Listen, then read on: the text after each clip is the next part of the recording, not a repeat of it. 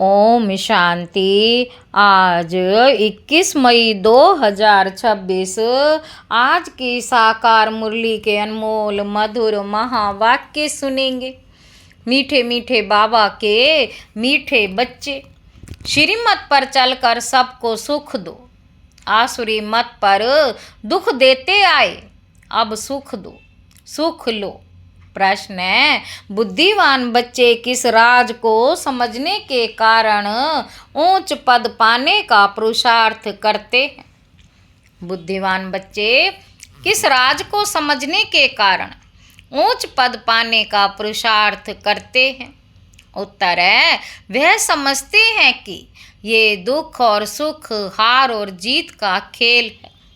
अभी आधा कल्प सुख का खेल चलने वाला है, वहाँ किसी भी प्रकार का दुख नहीं होगा।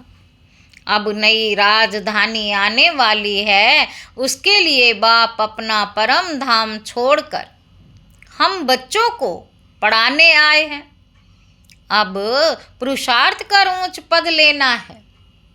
बाप अपना परम धाम छोड़कर हम बच्चों को पढ़ाने आए हैं। अब पुरुषार्थ कर ऊंच पद लेना ही है। गीत है, बदल जाए दुनिया ना बदलेंगे हम। ओम शांति। मीठे मीठे बच्चों ने अर्थ समझा। यहाँ कोई कसम खाने की दरकार नहीं है। यह तो आत्मा में समझ चाहिए। आत्मा तमो प्रधान होने के कारण बिल्कुल ही बेसमझ हो गई है। बच्चे जानते हैं हम कितने बेसमझ थे, अब कितने समझदार बने हैं।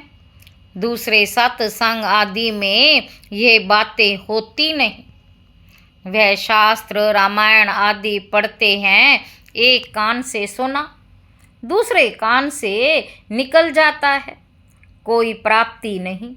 यज्ञ तप दान पुण्य, यज्ञ तप दान पुण्य आदि बहुत करते हैं, धक्के खाते रहते हैं, प्राप्ति कुछ भी नहीं, प्राप्ति कुछ भी नहीं।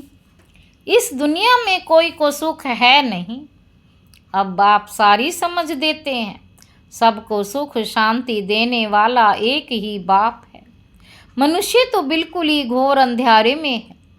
भक्ति मार्ग वाले भी याद करते रहते हैं, है दुख हरता सुख करता सदगति दाता, देखो दुनिया में क्या लगा पड़ा है। बाबा कहते, दुनिया में क्या लगा पड़ा है? सबको दुख लगा ही रहता है। जो भी मनुष्य मात्र है, किसी को भी ये पता ही नहीं कि बाप कौन है, बाप से क्या वर्षा मिलता है। बेहद के बाप को जानते ही नहीं, धक्के खाते रहते हैं शांति के लिए। बाबा कहते, अब ये किसने कहा कि मन की शांति चाहिए? आत्मा कहती है मन की शांति चाहिए। ये भी मनुष्य नहीं जानते, देह अभिमान में है ना।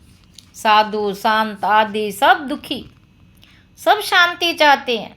बीमारी आदि तो साधु संतों को भी होती है, एक्सीडेंट होते हैं। दुनिया में दुख के सिवाय और कुछ तो है नहीं। अभी तुम बुद्धिवान बने हो।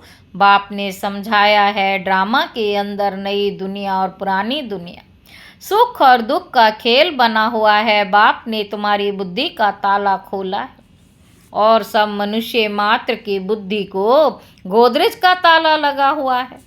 बिल्कुल ही तमो प्रधान बुद्धि है। तुम बच्चे नंबरवार पुरुषार्थ अनुसार जानते हो, बरोबर बेहद का बाप मिला है। वह हमको सृष्टि के आदि मध्य अंत का राज सुनाते कि ये खेल कैसे बना हुआ है। जब सुख होता है तब दुख का नाम नहीं होता। तुम बच्चों की बुद्धि में है कि हम बाप से सुख और शांति संपत्ति का वर्षा ले रहे हैं। सतयुग से लेकर त्रेता अंत तक कोई दुख नहीं होगा। अब तुम रोशनी में हो, तुम पुरुषार्थ कर रहे हो अपनी राजधानी में एक दो से ऊंच पद पाएं। ये स्कूल है बेहद का। बेहद का बाप पढ़ाते हैं। तुम जानते हो वह हमारा मोस्ट विलवेड बाप है, जिसकी अपरम अपार महिमा है, जिसकी अपरंपार महिमा है। वे ऊंचते ऊंच बाप श्रीमत देते हैं, बाकी सब मनुष्य मात्र आसुरी मत पर एक दो को दुखी देते हैं। आसुरी मत पर एक दो को दुखी देते हैं, तुम्हें श्रीमत पर सबको सुख देना है।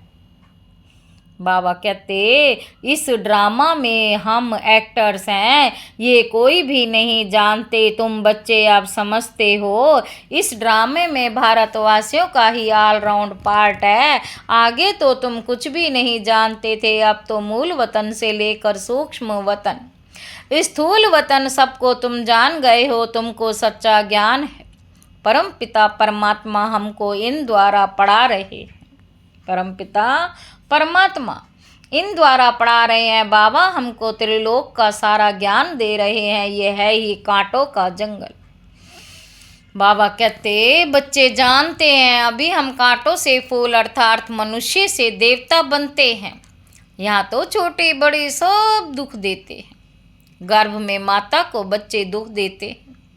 ये बहुत ही छी पुरानी दुनिया है। इस सृष्टि चक्र को कोई भी नहीं जानते। हम कहाँ से आए, कितने जन्म लिए, फिर कहाँ जाना है, कुछ भी नहीं जानते। बेहद का बाप अर्थात सब सीताओं का एक राम और वह निराकार है। तुम सभी सीताएं हो। बाप है ब्राइड ग्रूम। एक साजन की सब सजनियाँ भक्तियाँ हैं। जो भी सीताएं सब रावण की जेल में फंस अशोक वाटिका में आ गई हैं। सारी दुनिया के सब मनुष्य मात्र एक भगवान को याद करते। भक्तों का रक्षक भगवान को कहते हैं। तुम सब अभी ब्रह्मा मुख वंशावली ब्राह्मण हो। ब्राह्मण जानते हैं हमको शिव बाबा पढ़ा रहे हैं। बाबा से वर्षा जरूर मिलता है। शिव बाबा है स्वर्ग का रचयिता। स्वर्ग कहो अथवा देवी राजधानी कहो, ये स्वर्ग की राजधानी है ना। लक्ष्मी नारायण स्वर्ग के मालिक हैं। ये भी अभी तुम समझते हो। यहाँ जब सतयुग था तो लक्ष्मी नारायण का राज्य था। अभी है कलयुग। मनुष्य तो बेचारे घोर अंधेरे में होने के कारण कुछ नहीं जानते कि अभी कलयुग का अंत है, विनाश सामने खड़ा है। तुम सब सीताओं का सदगति दाता एक राम है। सीताएं सब दुर्गति में हैं, परंतु ये कोई समझते थोड़ी है कि हम दुर्गति में हैं। अपने सौकारी का ही नशा है हमको। इतने मकान हैं, इतना धन है, इतने महल हैं, किसी को पता नहीं कि दुख की दुनिया अब बदलनी है। मौत सामने खड़ा है, सब मिट्टी में मिल जाना है। ये जो कुछ पुरानी दुनिया में देखते हो विनाश हो जाएगा। विनाश के लिए पूरी तैयारियां हो रही है। ये वही महाभारत लड़ाई है, वही गीता का भगवान है, परंतु बाप की बायोग्राफी में बच्चे का नाम डाल दिया है। अब शिव बाबा तुमको राजयोग सिखा रहे हैं। बड़े ते बड़ी भूल ही ये है जो भगवान का नाम गुम कर दिया है। तुम बच्चे जानते हो हमको कोई मनुष्य साधु संत आदि नहीं पढ़ाते हैं। शिव बाबा हमको पढ़ाते हैं। वे बाप भी है, टीचर भी है, सतगुरु भी है, सब कुछ है। बाप सब कुछ है, टीचर भी है, सतगुरु भी है। ये तो नहीं भूलना चाहिए ना। बाप कहते हमारे सब बच्चे, परंतु सभी को थोड़े पढ़ाएंगे। बाप कहते हम भारतवासियों को और फिर से राजयोग सिखाने आए हैं। भारतवासी स्वर्गवासी थे, हीरे मिसल थे। भारतवासी स्वर्गवासी थे, हीरे मिसल थे। अब कोड़ी मिसल बन पड़े हैं। घर में कितनी अशांति है। कहते हैं बाबा हमको क्रोध आता है, बच्चों को मारना पड़ता है, डर लगता है। हम 5 विकार शिव बाबा को दान दे दिया, फिर हम ये क्यों करते हैं? बाप समझाते हैं इस समय सभी पर 5 विकारों का ग्रहण लगा हुआ है। देह अभिमान का भूत आने से फिर सब भूत लग जाते। अब बाप कहते देही अभिमानी बनो। अभी तुमको समझ मिली है।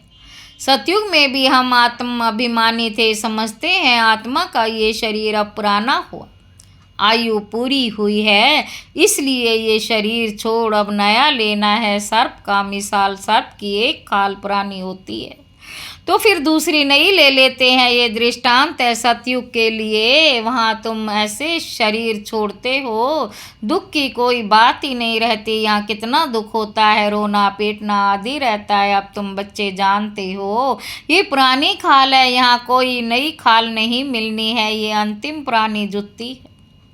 अभी तुम उनसे तंग हो गए हो, वहाँ तो खुशी से एक शरीर छोड़ दूसरा लेते हैं। इन बातों को भी तुम समझते हो। यहाँ कितने नए आते हैं, समझते थोड़ी हैं। 2-4 रोज यहाँ से समझ कर जाते हैं, फिर भूल जाते हैं। हाँ, अच्छी रीति सुना, खुशी हुई तो प्रजा में आ जाएंगे।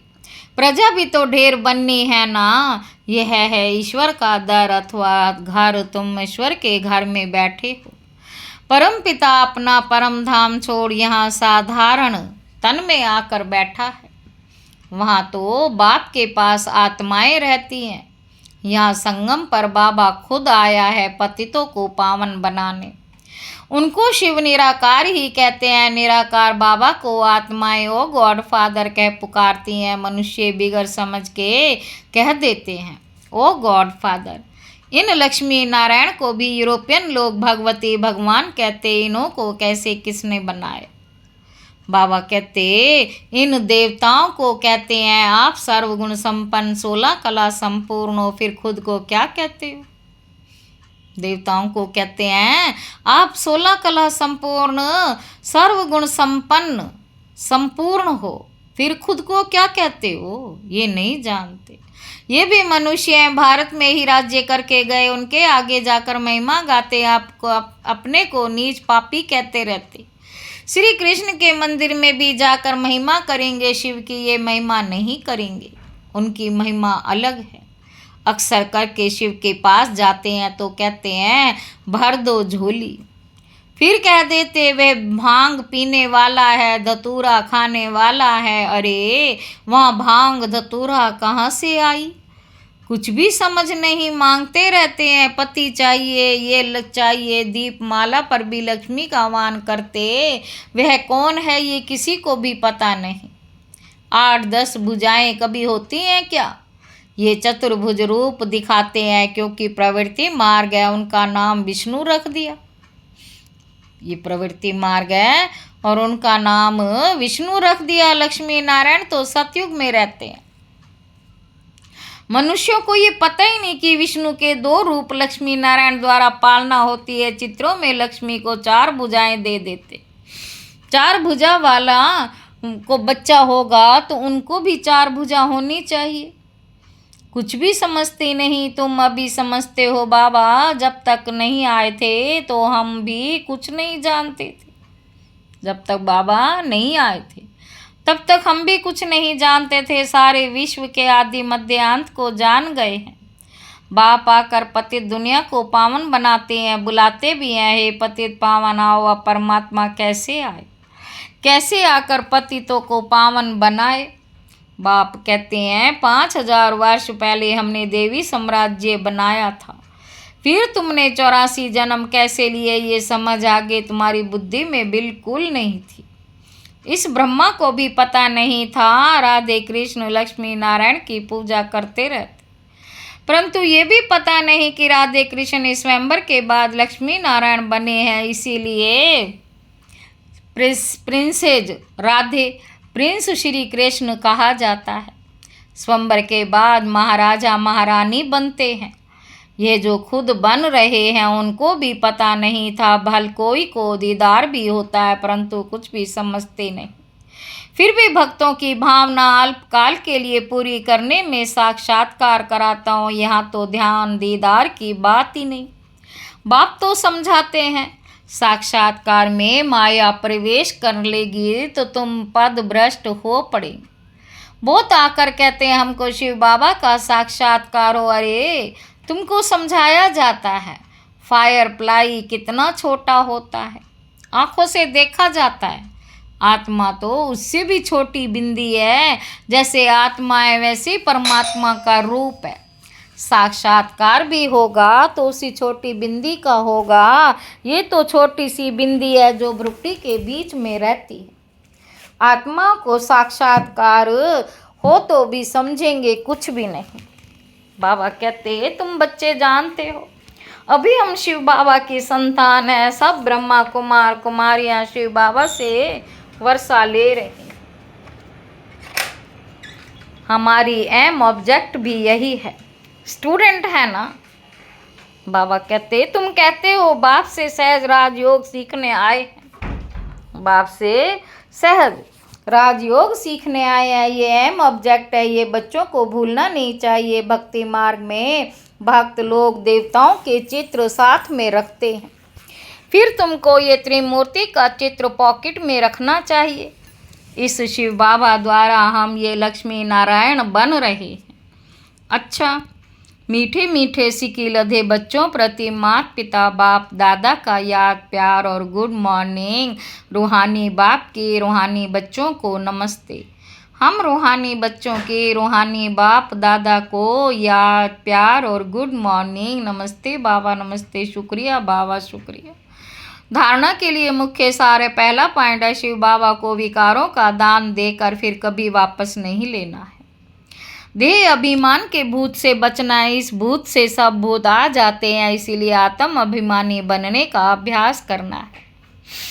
दूसरा पॉइंट है, ध्यान दीदार की आश नहीं रखनी है, एम ऑब्जेक्ट को सामने रख पुरुषार्थ करना है, श्रीमत पर सबको सुख देना है। वरदान है, क्रावणहार की स्मृति से सेवा में सदा निर्माण का कार्य करने वाले कर्मयोगी भव। कोई भी कर्मयोगी की स्टेज में परिवर्तन करो, सिर्फ कर्म करने वाले नहीं लेकिन कर्मयोगी है। कर्म अर्थात व्यवहार और योग अर्थात परमार्थ दोनों का बैलेंस हो। शरीर निर्वाह के पीछे आत्मा का निर्वाह भूल ना जाए। जो भी कर्म करो वह ईश्वरीय सेवा अर्थ हो, इसके लिए सेवाओं में निमित्त मात्र का मंत्र व करणहार की स्मृति का संकल्प सदा याद रहे। क्रावणहार भूले नहीं तो सेवा में निर्माण ही निर्माण करते रहेंगे, सेवा में निर्माण ही निर्माण करते रहेंगे। स्लोगन है, सेवा व संबंध संपर्क में विघ्न पड़ने का कारण है पुराने संस्कार, उन संस्कारों से वैराग्य हो। ये अव्यक्त इशारे सदा अचल अडोल एक स्थिति का अनुभव करो। सभी से श्रेष्ठ तख्त बाप दादा के दिल तख्त नशीन बनना है, लेकिन इस तख्त पर बैठने के लिए पहले अचल अडोल एक स्थिति का तख्त चाहिए। एक स्थिति के तख्त पर तब स्थित रह सकेंगे जब अकाल तख्त नशीन बनने का अभ्यास होगा। जैसे वे तपस्वी सदैव आसन पर बैठते हैं, ऐसे आप अपनी एक रस आत्मा की स्थिति के आसन पर विराजमान रहो। इस आसन को नहीं छोड़ो, तब सिंहासन मिलेगा। अच्छा, ओम शांति।